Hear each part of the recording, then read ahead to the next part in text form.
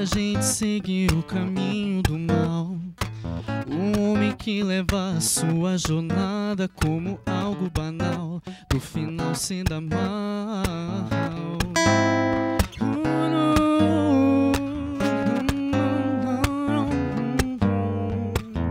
Construímos casas, prédios, arranha-céus, mas existe um só nome que nos leva pro céu. Eternidade, uma realidade fácil de crer. Há caminhos e destinos, um só nome, Jesus.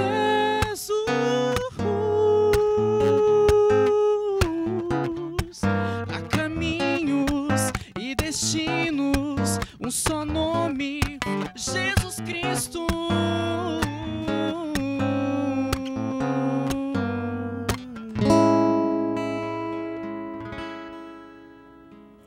Olá, começa agora mais um programa Rede de Olhares aqui pela UX TV, nós que somos um canal de identidade e também parceiros do canal Futura. E a gente abriu o programa de hoje com a voz e o violão do Lucas Verlinde. Tudo bom, Lucas? Bem-vindo ao programa. Muito prazer. Tudo jóia? Tudo ótimo. Lucas, teu estilo de som é um gospel, mas que tem uma pegada bem moderna aí, né? Tuas canções. Isso, eu costumo dizer que é um pop, rock, gospel, mais ou menos um estilo assim. Uma grande mistura, bastante. né? Isso. Você está lançando o seu primeiro trabalho? Isso, primeiro carreira trabalho. Solo. Carreira solo. Esse trabalho foi gravado pelo Financiarte no ano passado e eu tenho outros trabalhos gravados, mas como carreira solo é o meu primeiro. Teu primeiro trabalho. Como é que é o título dele? É O Tempo de Deus. São quantas composições? São 12. 12 composições. Isso. Todas músicas próprias tuas? Isso. Letra e música também. Letra, melodia. Beleza, Lucas. Ao longo do programa a gente vai conferir mais um pouco do teu trabalho.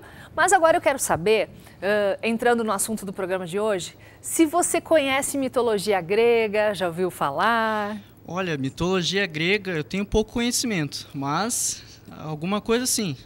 Então, ao longo do programa, a gente vai aprender mais um pouquinho hoje, né? Tranquilo. Beleza. Lucas, olha só, e a nossa equipe de reportagem fez essa mesma pergunta para as pessoas que estavam aqui pelas ruas de Caxias do Sul. Se conhecem mitologia grega e para que serve? E as respostas a gente confere agora, olha só. A senhora sabe para que serve a mitologia grega? Não, não sei. Não. Não. Não, não sei. Ai, pior que eu não sei, guria. Mitologia grega, não. Eu não sei, moça, não sei. Para muitas coisas. Mitologia grega eu acho que explica muitos princípios e o que a gente vive hoje. Pela história a gente consegue se reconhecer no hoje. Eu acho muito importante. Ela serve para orientar as pessoas sobre os grandes deuses do passado, né? Não sei, Maria, tu sabe? Sim, já ouvi falar. Não sei dizer muito bem. Não sei, já ouvi falar. A senhora sabe para que a gente usa a mitologia grega no dia a dia? Pra nada? Alguma coisa a gente usa. Grega? Pode ser que sim. Mas olha, eu nem imagino. Não, não se usa no dia a dia. E pouca gente sabe o que é mitologia grega, que são os deuses gregos, né? Expressões como presente de grego, tendão de Aquiles, sabe o que significa? Também não. Calcanhar de Aquiles, né? É onde o calo aperta. É o ponto fraco, na verdade. Presente de grego. Presente não muito bom, eu acho. Tipo, não teve a ver com um cavalo de Troia. Um presente de grego não é uma coisa muito legal de se ganhar, não. Bicho de sete cabeças a gente fala. Mas eu não sei o porquê, mas a gente fala isso. Uma coisa muito complicada e difícil. Bicho de sete cabeças que eu não vi ainda, mas diz que tem, né?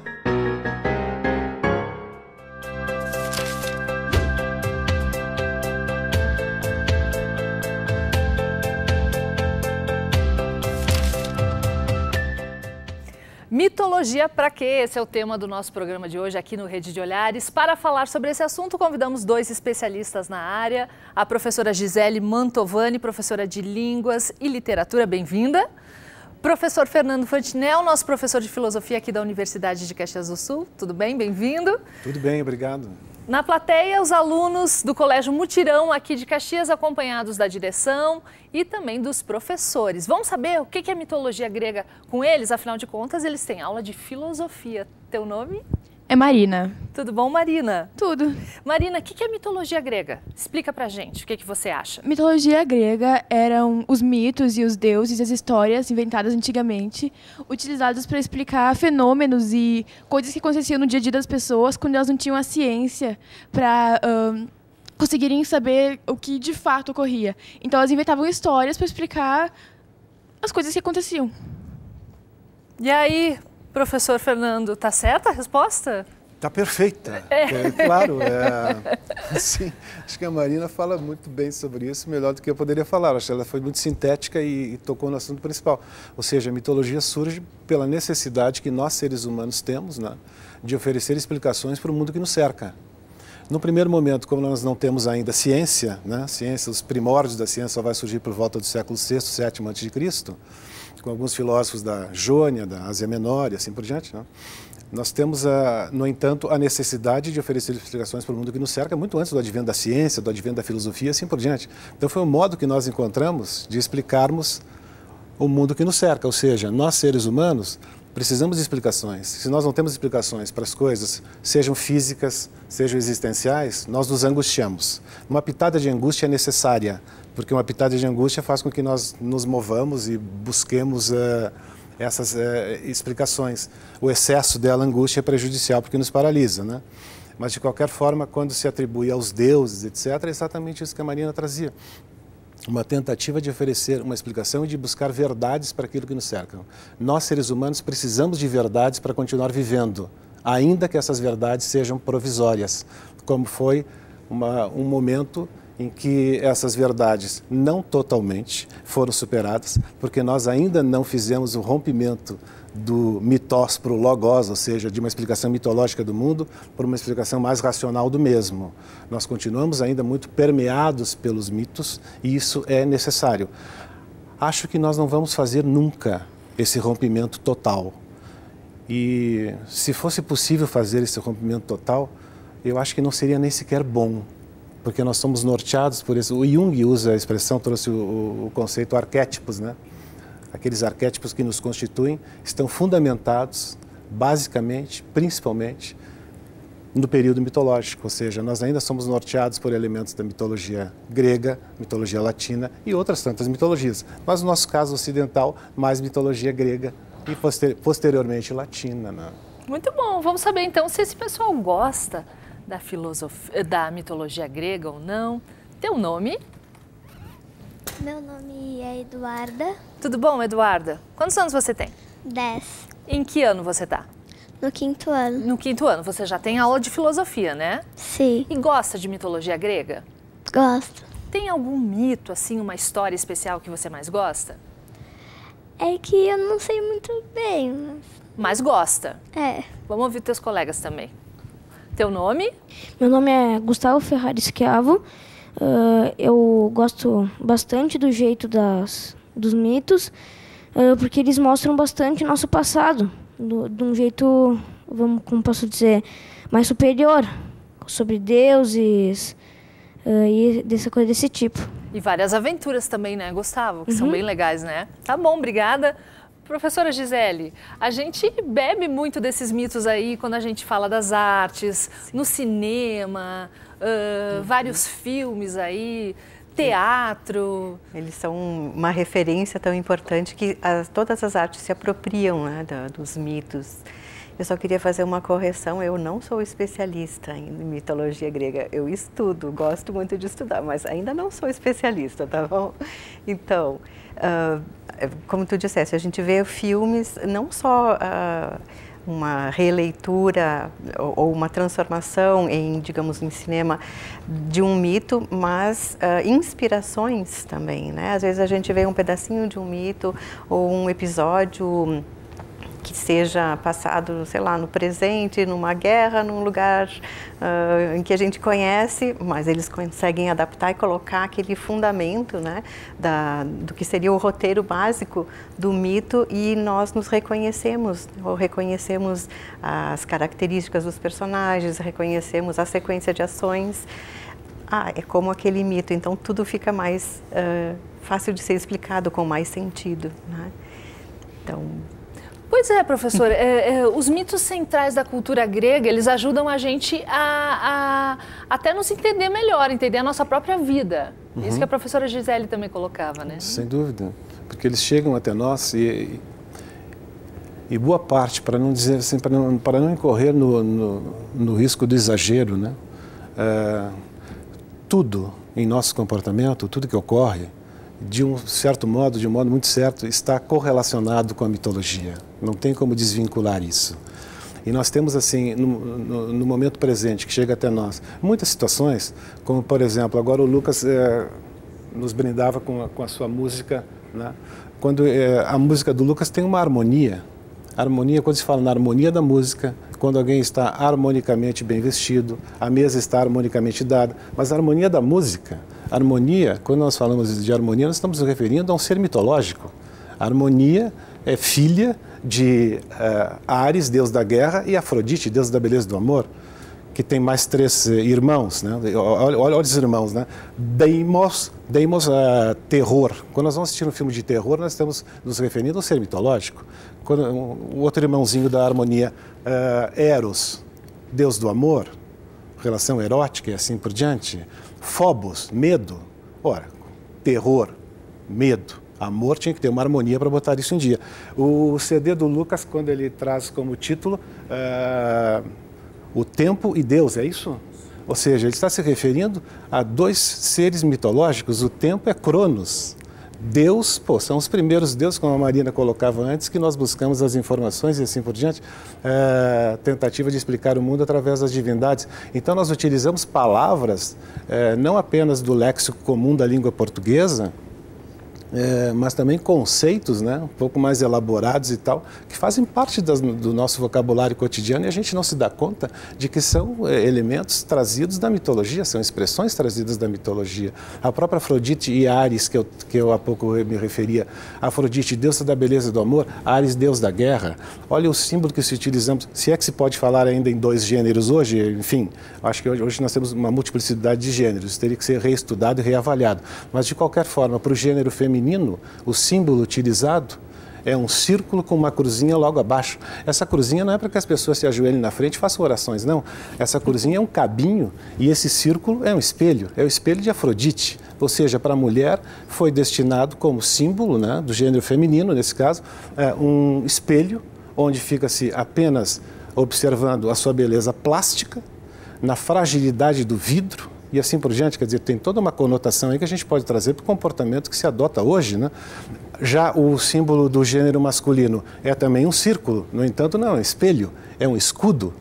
E a seta é uma lança, ou seja, é o escudo e a lança de Ares, deus da guerra. Para os homens é o escudo e a lança de Ares, deus da guerra. Para as mulheres um espelhinho, quer dizer, nós podemos encontrar elementos que vão se construindo ao longo de muito tempo, de um comportamento muitas vezes equivocado, né? Muitas vezes machista, por que não dizer assim, cujas raízes remontam a tempos muito longínquos, né? É toda uma construção que vem sendo feita, né? Muito bom. Professora Gisele, que é... Aí porque ele é especialista e eu sou estudiosa. Não, eu sou só um curioso, eu também faço, só um curioso da mitologia. Professora, mas aqui nesse caso a gente vai mostrar logo também que você entende bastante do assunto. Minha curiosidade, daqui a pouquinho. Né? Mas eu quero conto como é que eu cheguei lá. A gente vai saber logo mais. Quero saber das professoras do Colégio Mutirão. Teu nome? Me chamo Aline. Tudo bem, Aline? Tudo bom. Como é que é trabalhar a filosofia com esse pessoal tão jovem? E a mitologia grega, particularmente, também? Bom, trabalhar mitologia no meu caso, é espetacular, porque assim, eu trabalho na escola, então eles têm a filosofia desde pequenos, né, da educação infantil. É um diferencial que nós temos. Então, eu acho que é muito importante trabalhar a filosofia, até pela questão do amor à sabedoria, né? E dentro da filosofia, eles ficam encantados, dependendo da forma que o professor trabalha a questão do ensinar os mitos, né? Então, a gente tem que cativar, a gente tem que chamar a atenção deles nessas histórias, nessas narrativas que a gente trabalha com eles, essas situações fantásticas que a gente tem que trazer para o dia a dia deles. Então, a gente tem que falar a língua deles de uma forma lúdica. A filosofia tem que ser trabalhada dessa forma, e principalmente a questão da mitologia. A mitologia grega, eles têm fascinação quando a gente começa a contar uma história, eles querem que a gente chegue logo no final. Prof, o que vai acontecer? O que vai acontecer? Então, é assim, curiosidade, é despertar o questionamento do aluno. Então, é importante neste caso. Muito bom. Obrigada, Aline. Deixa eu ouvir mais um aluno aqui. Teu nome? Lorenzo, meu nome é Lorenzo. Tudo bem, Lorenzo? Tudo. E é isso mesmo que a prof. Aline falou? Ela começa a contar uma história para vocês da mitologia grega, vocês ficam curiosos? A mitologia grega, assim, é um tipo de história que te prende justamente para tu saber o final e ter uma boa explicação sobre o porquê dessa história. Daí, por exemplo, como ela contou que ela conta e a gente quer saber o final, mas às vezes o final não tá dentro daquela história, tá dentro de outra história da mitologia. É assim que acontece. Muito rico, né? A gente estava falando antes do programa começar, assim, quais são os mitos que vocês mais gostam e tal. Quero saber, compartilha com a gente qual é o teu preferido. Minotauro é meu favorito, que foi, assim, do labirinto, né, onde foi posto o Minotauro e várias pessoas iam em grupos, às vezes sozinhas, para tentar derrotar o Minotauro. E como era um labirinto muito difícil, ninguém nunca encontrava a saída dele, sempre acabava mortas pelo Minotauro. Daí um homem, agora não consigo me lembrar de cabeça quem que derrotou o Minotauro. Perseu, estão assoprando. Daí ele foi com um fio, foi com um rolo de uma linha e foi entrando pelo labirinto para depois encontrar a volta. Daí Minotauro... ele começa a seguir ele, daí ele dá a volta numa pedra e golpeia Minotauro e mata. Daí ele foi conhecido também como o herói que matou Minotauro. Muito bom. É o fio de Ariadne? É esse? Ó, os especialistas confirmaram. Pronto. Pare com isso de especialista. E eles nem casaram depois. Nem casaram depois? Não, Teseu fugiu com outra, foi triste. A Ariadne ficou lá triste, mas acharam um bom partido para ela depois. Esse prédio, na verdade, foi a pedido do rei Minos, foi contratado um arquiteto na mitologia chamado Dédalus, para que construísse um prédio onde houvesse apenas uma entrada e uma saída, é a mesma. E lá dentro seria colocado então o Minotauro, metade do corpo homem, metade do corpo touro, né? Fica preso. Até que Teseu, então, um herói grego, desafia o Minotauro, mas a namorada dele, à época então, né, a Ariadne, pensa, pô, ele é valente, ele é corajoso, ele vai até lá, ele vai acabar com esse monstrinho aí, mas como é que ele sai de lá, né? Então ela conversa com Dédalus, o arquiteto. A esse prédio foi dado o nome de labirinto, por isso nós chamamos de labirinto hoje. E Dédalus, compadecido com a situação, dá uma dica para ela. Olha, tu vais fazer o seguinte, então como o Lourenço bem colocou, bem explicou, né? Vai desfiando fio, etc., né? Um novelo de lã, alguma coisa assim, amarra na portinha lá do labirinto, vai até lá, mata o monstrinho, segue em direção contrária, sai, tudo certo. Mas o rei Minos, que não é bobo, descobre, né, que o Dédalus acabou dando essa dica para Ariadne, ele não poderia, isso era um sigilo absoluto, e ele acaba sendo preso no próprio labirinto, junto com seu filho Ícaro. E quando são presos no labirinto, o Ícaro diz ao pai dele, Dédalus, o arquiteto, mas esse rei Minos é um tolo, né? Porque o senhor participou disso aqui tudo, quer dizer, o senhor projetou esse prédio? Ele, sim, projetei. Acompanhou toda a construção? Sim, acompanhei toda a construção. Bom, então ele é um tolo, porque nos coloca exatamente no prédio que o senhor construiu. Ele disse, mas por que ele é um tolo por ter feito isso? Sim, porque se o senhor construiu, acompanhou isso tudo, o senhor sabe como sair daqui. E o Dédalus responde ao filho dele, Ícaro, olha, Ícaro, meu filho, a resposta que eu tenho para te dar não é muito boa, porque na verdade eu não tenho a mínima ideia de como se sai daqui. O que os gregos estão querendo dizer com isso? Que nós vamos construindo, feito arquitetos, a nossa própria vida de modo labiríntico. E num dado momento, eventualmente, pode ocorrer de nós termos que sair desse labirinto que foi construído por nós mesmos e nós não temos a mínima ideia de como se sai disso, né? Como se a gente criasse os próprios problemas, exatamente, né? Perfeito. Gente, olha quanta história bacana, legal aí, cheia de aventuras também, belos roteiros aí. A gente vai fazer um brevíssimo intervalo aqui no Rede de Olhares, ao som do Lucas, e voltamos em seguida para falar mais sobre mitologia grega. Não sai daí. Ele não olha o teu passado, te amando jeito que você é. Compreende os teus atos de não ter agido com tua fé. Não importa os teus pecados, tudo isso já ficou para trás. Você até se esquece dele, mas ele não te abandona jamais. Não, não, não. O teu amor não morre jamais. Ele quer me dar a sua paz. O sobrenatural vai acontecer. Sou eu quem não consigo compreender que outro igual a ti não há. És único e sempre será. Tu és maravilhoso, santo, poderoso, o Deus que nunca falhará.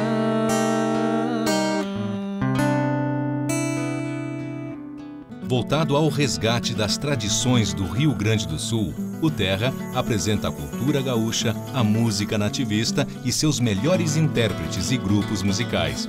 A música e a poesia se encontram nesse galpão de estância, retratando as autênticas manifestações sul-riograndenses, com a apresentação de Omair Trindade. Terra, todos os domingos às 10 da manhã, na UX TV, canal de identidade. O teu amor não morre jamais. Ele quer me dar a sua paz. O sobrenatural vai acontecer. Sou eu quem não consigo compreender que outro igual a ti não há. És único e sempre será. Tu és maravilhoso, santo, poderoso, o Deus que nunca falhará. A gente está de volta com o Rede de Olhares, ao som do Lucas Verlinde, hoje falando sobre mitologia pra quê? Mas antes disso, a gente vai conferir agora a nossa promoção do Dia das Mães. Você aí já comprou o seu presente para ela? Então a UX TV dá uma mãozinha para você, afinal de contas, são presentes em dobro. Olha só como é que faz para participar da promoção.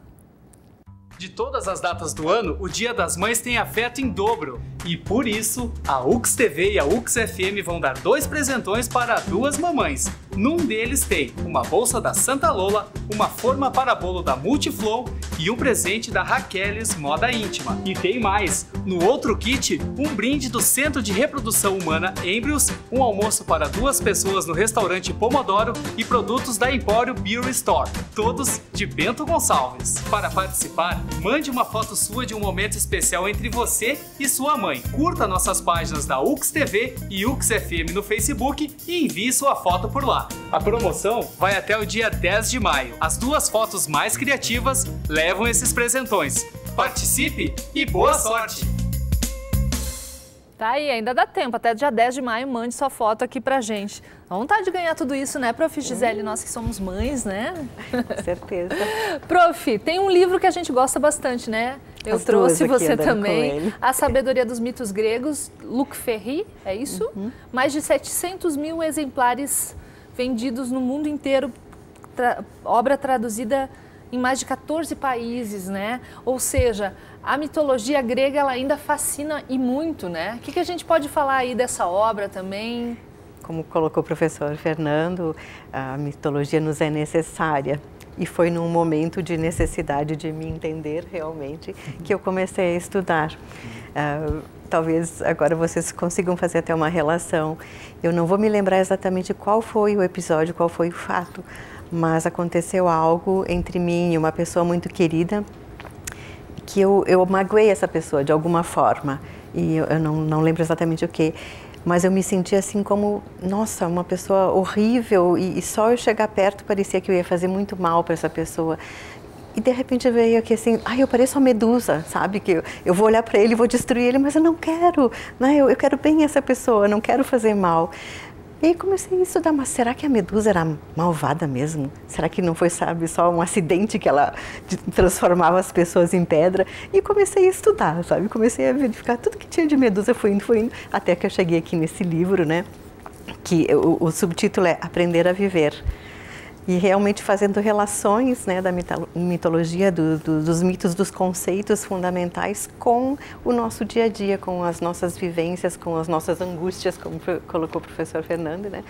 E aí me apaixonei realmente, né? Encontrei muitas respostas, não exatamente na mitologia, mas na reflexão que a leitura dos mitos me fez fazer. Sabe, nas associações que foi possível de fazer. Né? Com certeza, né? Professor Fernando, porque a mitologia grega ela é a raiz da própria filosofia e junto com isso tudo ajuda a gente a pensar nessas questões, por que existimos, para onde vamos, por que morremos. Sim, as perguntas básicas que os seres humanos fazem desde o momento em que passam a pensar e a refletir sobre o mundo são basicamente as mesmas, quer dizer, poucas perguntas novas assim importantes surgiram, né? A tentativa que surgiu foram de respostas diferentes, né? As perguntas e as respostas oferecidas pela mitologia, no que tange as perguntas, não são muito diferentes do que vai surgir com a filosofia depois, quer dizer, quem somos, de onde vamos, para onde viemos, como tu disseste. Essas perguntas nós estamos ainda buscando respostas. De um ponto de vista religioso fica mais fácil, para a mitologia era mais fácil, para a ciência fica mais difícil, para a filosofia também, né? Agora, nós começamos, e Aristóteles, que é um filósofo grego que viveu entre o século IV e III a.C., é que nos dá essa informação. Além de ser um grande filósofo, um dos principais filósofos da história da humanidade, ele é também o pai da biologia, né? E como biólogo ele já trazia algumas informações para nós, dentre elas de que nós passamos a pensar a partir do momento que nós nos espantamos e nos admiramos com o mundo e com as coisas que nos cercam. Ele dizia totalmatsen em grego, né? Pela admiração. Ou seja, como nós nos admiramos desde muito tempo, tempos muito mais remotos do que o surgimento ou advento da filosofia, da ciência e assim por diante, nós temos essa necessidade premente de tentar explicar isso tudo. Quer dizer, num dado momento a gente olha para o céu, para Uranós, né, e diz, mas o que é isso tudo? Quer dizer, a gente começa a ter certos sentimentos e perguntas para as quais fica difícil nós encontrarmos respostas nesse primeiro momento. Nós tentamos o quê? Inventar. Criamos, atribuindo aos deuses, como já foi dito aqui.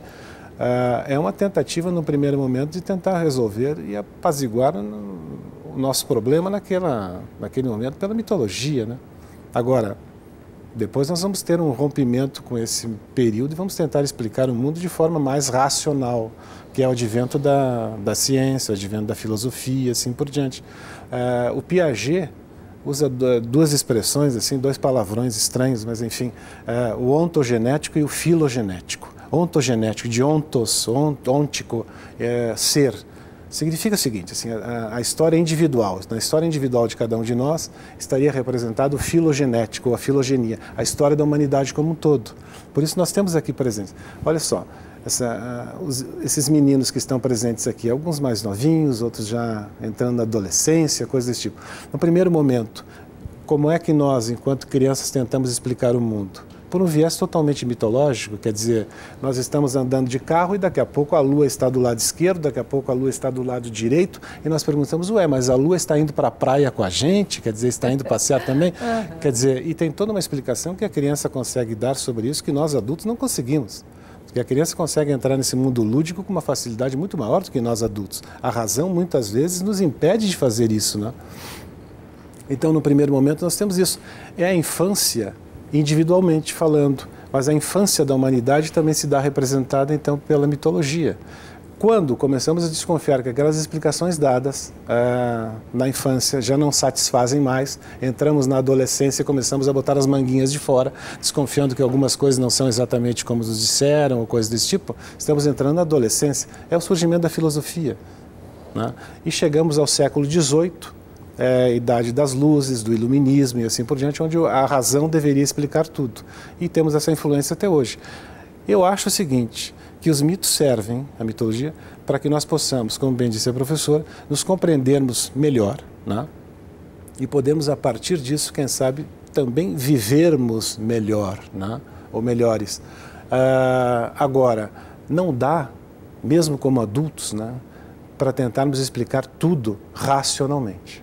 Por quê? Um indivíduo, eu acho, aqui eu estou só achando, um indivíduo que tenta explicar o mundo unicamente pelo viés da razão, negligenciando todos esses elementos lúdicos, etc., é, por essência, um chato. Muito bom, professor. Concordo com o senhor. Agora, Gisele, tem esses teus estudos pela filosofia, essa tua paixão pela mitologia grega, te levaram a ser coautora aí de uma série de interprogramas do canal Futura, muito bacana, que a gente curte bastante aqui na redação da UX TV também, que é o Mitopédia, né? Mitopédia. Conta pra gente como é que surgiu essa ideia. Bom, foi justamente nesse período das minhas inquietações e desse início dos estudos sobre mitologia.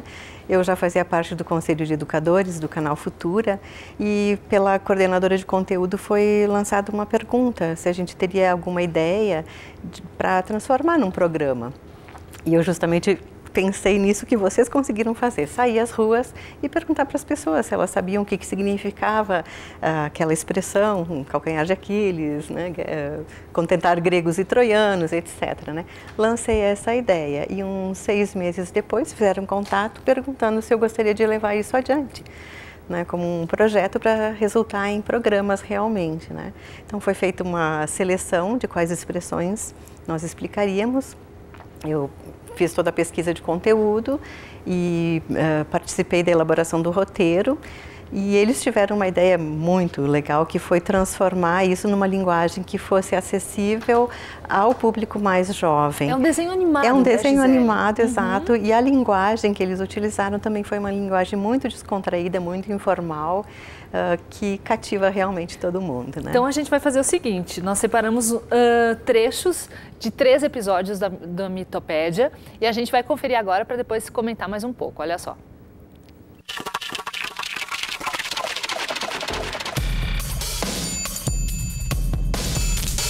Há muito tempo, no começo de tudo, o posto de Senhor dos Céus era disputadíssimo. Valia de tudo, até briga de família. Mas o poder nunca vinha sem um esforço titânico. Titãs eram deuses fortes e potentes como a natureza.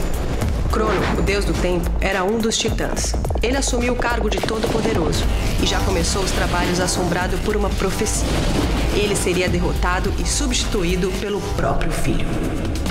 O deus não se deu por vencido e cortou o mal pela raiz. Engoliu os filhos que teve com a irmã e esposa Reia assim que nasceram. Mas Reia não aguentou tanta crueldade e decidiu salvar Zeus, o 6º e último filho. Entregou uma pedra para que o marido engolisse. E assim, o pequeno Zeus pôde crescer escondido, longe da fúria do pai. Dionísio quis retribuir o grande favor do rei e disse que faria qualquer coisa que ele quisesse. Midas não teve dúvidas. Seu sonho era transformar tudo em que tocasse em ouro. Desejo realizado e o rei Midas logo se deu conta da roubada em que tinha se metido. O toque de Midas transformava qualquer objeto em ouro, assim como a comida, a bebida, as roupas. Ele já não tinha mais nem coragem de chegar perto da esposa e dos filhos. Midas teve que implorar para que Dionísio revertesse o efeito do maldito pedido. Muito tempo atrás, Troia enfrentou uma longa guerra contra todas as cidades vizinhas. Mais uma muralha impenetrável protegia os troianos de qualquer ataque. Até que eles receberam um verdadeiro presente de grego. Menelau resolveu partir para a violência. Reforçou seu exército com a ajuda dos aliados e declarou guerra a Troia. Mas nem toda a ajuda do mundo seria suficiente para ultrapassar as muralhas construídas pelos deuses Poseidon e Apolo. A solução foi disfarçada de gentileza. Os gregos deixaram um enorme cavalo de madeira aos pés da muralha de Troia. Encantados com tanta grandeza e luxo, os troianos tiveram certeza de que era um presente dos deuses.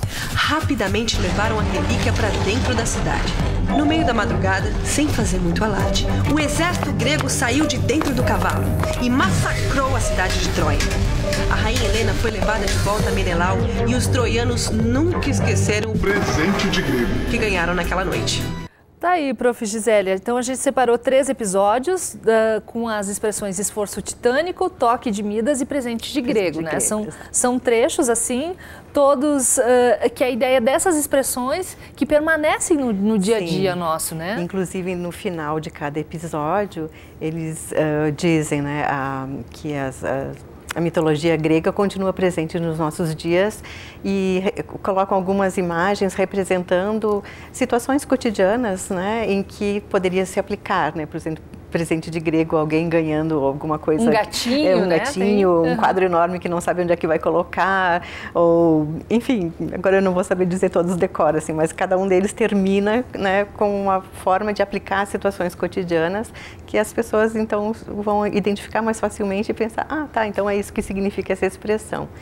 E eu acho que o mais interessante também é que quando a gente tem a primeira explicação, ao invés de saciar, a curiosidade aumenta, né? Então a gente quer saber um pouquinho mais e acaba como essa meninada aqui que está muito, muito assim afiada, né, em mitologia, muito bom, né? Porque a gente quer saber mais, fica curioso. E dá aquela satisfação do conhecimento e da compreensão, né? Que é um tipo de prazer único, né, do conhecer também. São né? Quantos episódios ao todo? São 10 no total. 10 episódios. No ano passado saíram os primeiros 5 e agora, eu não sei se já o 10º já foi lançado, mas eles são,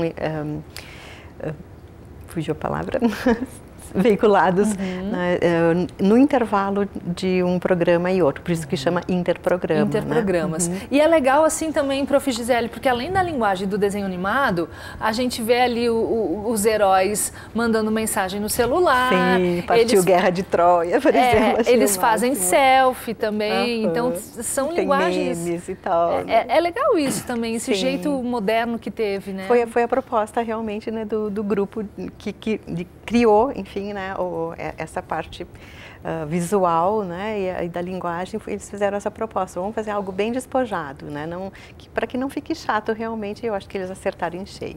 Qual é o teu episódio preferido? Tem algum?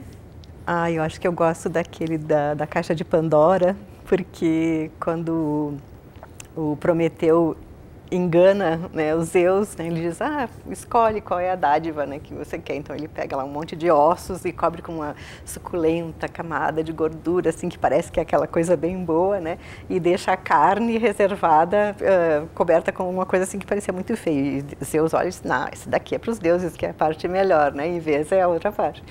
E aí Zeus fica furioso e tira o fogo, né, da humanidade. A humanidade fica sem o fogo, né. E aí Prometeu só faz aquela carinha assim, aparece um meme assim, né, tipo, ele mal sabe o que está esperando, né, e vai lá e rouba o fogo e tal e tal. E apronta demais, esse eu gosto muito. Né? Que legal. Eu ainda não tive a oportunidade de ver esse, mas eu quero falar com as professoras aqui também. Tinha alguém que estava gostando da Caixa de Pandora, né, que falou que a Prof. Aline? Vamos ouvir a Prof. Aline de novo. É um dos teus mitos preferidos aí? Sim, esse mito, inclusive, eu contei essa historinha essa semana para os meus alunos do primeiro ano da educação infantil, para justamente despertar a curiosidade deles, né? Então eu trabalhei porque a caixa, na verdade, nada mais é do que uma proibição que tu tem. Ela não pode abrir a caixa, né? Porque ali dentro da caixa está todos... e eu trabalhava com eles assim, o que pode ter dentro da caixa de crueldade, de maldade, de pensamentos ruins. Então eles falavam para mim, prof, o ódio, a tristeza. Então justamente por isso eu acho que é muito importante despertar essa curiosidade das crianças justamente junto com a Caixa de Pandora. Muito bom. É uma professora apaixonada. Ela fala, o olho dela fica brilhando, né? Deixa eu falar com esse moço aqui, teu nome? Eu sou o Pedro. Tudo bom, Pedro? Gosta de mitologia grega? Eu gosto. Algum mito específico que te chama a atenção? O que eu mais gosto é da guerra entre os titãs e os deuses, que teve no início da mitologia. O que mais te chama a atenção nisso? De como da crueldade de Cronos, que ele comia os próprios filhos, que nem mostrava ali. O que tu achou da mitopédia? Achou uma forma diferente também, legal, de mostrar a mitologia grega? Eu achei bem legal. Depois eu vou procurar, vou ver. Tá, tem tudo no YouTube também, se você quiser assistir também, tem tudo isso. Professor Fernando, a gente fala muito, mas a mitologia está muito presente, né? Seja no cinema, seja nessas expressões aí. A gente foi às ruas perguntar, retomando um pouco da nossa enquete também. Ninguém sabia de mitologia grega, mas as expressões presentes de grego, calcanhar, tendão de Aquiles, todo mundo já ouviu falar de alguma maneira, né? As expressões idiomáticas e tal permanecem, né? Muitos se referiram assim, a episódios gregos, né, que são muito conhecidos, né? Bicho de 7 cabeças, né? Provavelmente isso vem da Hidra de Lerna, né? 7 cabeças. Então, o trabalho hercúleo, né? Os trabalhos de Hércules. Hércules daí já na mitologia latina, né? Ou seja, Hércules é um nome novo para o mesmo arquétipo, para o mesmo personagem, quer dizer, só que é Heracles. Heracles na mitologia grega. Na mitologia latina ele ganha o nome de Hércules, daí força hercúlea, que chega até nós, em função dos 12 trabalhos de Hércules, mas em função também e sobretudo pelo fato de ele ser muito forte. Hércules tem 3 metros, ou Heracles na mitologia grega, tem 3 metros de altura e já nasce com muita força, né? Ou seja, ele é um herói grego. Os heróis gregos, eles não se tornam heróis ao longo da sua existência. Eles já nascem heróis, já nascem dotados de capacidades diferenciadas, particularmente a força física e assim por diante. Porque eles são heróis, são filhos de deuses com mortais, né? Uma deusa com um mortal, uma imortal, uma deusa com um mortal, enfim. O filho é sempre um herói, assim como Aquiles era filho da deusa das águas, Tétis e Peleu, já nasce com toda aquela bravura dele, assim por diante. Quer dizer, o herói surge por aí, né? Então, força hercúlea está presente. Complexo de Édipo, né? Complexo de Édipo, sim, do Édipo, príncipe de Tebas, enfim, que depois Freud vai se utilizar desse mito e dar toda uma contextualização a ele no complexo edípico, né? Ou seja, está permeado o próprio comportamento narcísico, narcisismo, quer dizer, vem também do mito de Narciso, também reelaborado, reestruturado por Freud. Enfim, são muitas as expressões que estão presentes no dia a dia, né? O programa está chegando ao fim. Para finalizar ele, vou fazer a nossa pergunta inicial do programa, para a gente fechar com chave de ouro, pode ser? Professora Gisele, mitologia para quê? Para aprender a se conhecer e viver melhor. Muito bom. Professor Fernando, mitologia para quê? Eu acho que é isso também, para que nós possamos nos conhecer melhor e assim podemos também viver de um modo mais pleno, né? Ou seja, só aquele que se conhece a si mesmo tem a possibilidade de poder conhecer um pouco mais acerca do mundo que nos cerca e das outras pessoas. É muita pretensão nossa, nos conhecendo muito poucos, né? Tentarmos decidir o que seria melhor ou pior para o outro e assim por diante. Nós nos tornamos especialistas em outros no mundo contemporâneo. A gente sabe o que é bom para o outro, o que é ruim para o outro, o que o outro deveria fazer, o que o outro deveria deixar de fazer. Mas sabemos muito pouco o que é melhor para nós, o que não é tão bom assim para nós, o que deveríamos fazer, o que não deveríamos fazer.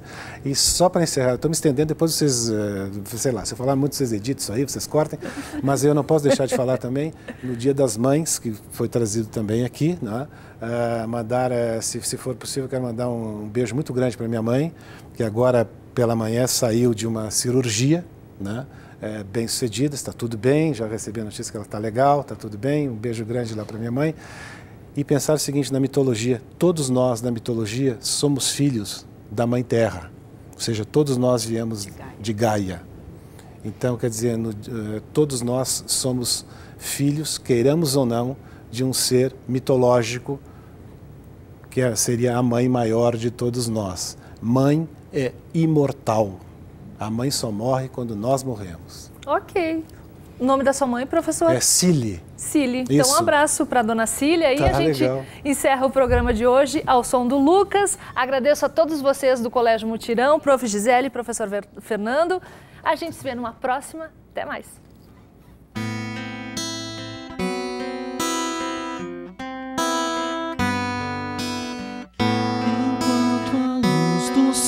Brilhar, vou descansar em ti. E quando a noite resolver aparecer aqui, quero me envolver numa oração, receber a paz do teu coração. Enquanto o relógio começa a dizer que o tempo agora já se foi de vez, preciso me achegar. Na sombra da noite um mistério envolve a canção. Me vale a força, o Cristo me leva em suas mãos. Descubra o que você quer, depois diga qual a sua uma decisão. Amanhã, quando o sol nascer, quero ouvir tua voz no meu coração. Amanhã, quando o sol raiar, quero desfrutar de tua presença. Tua presença.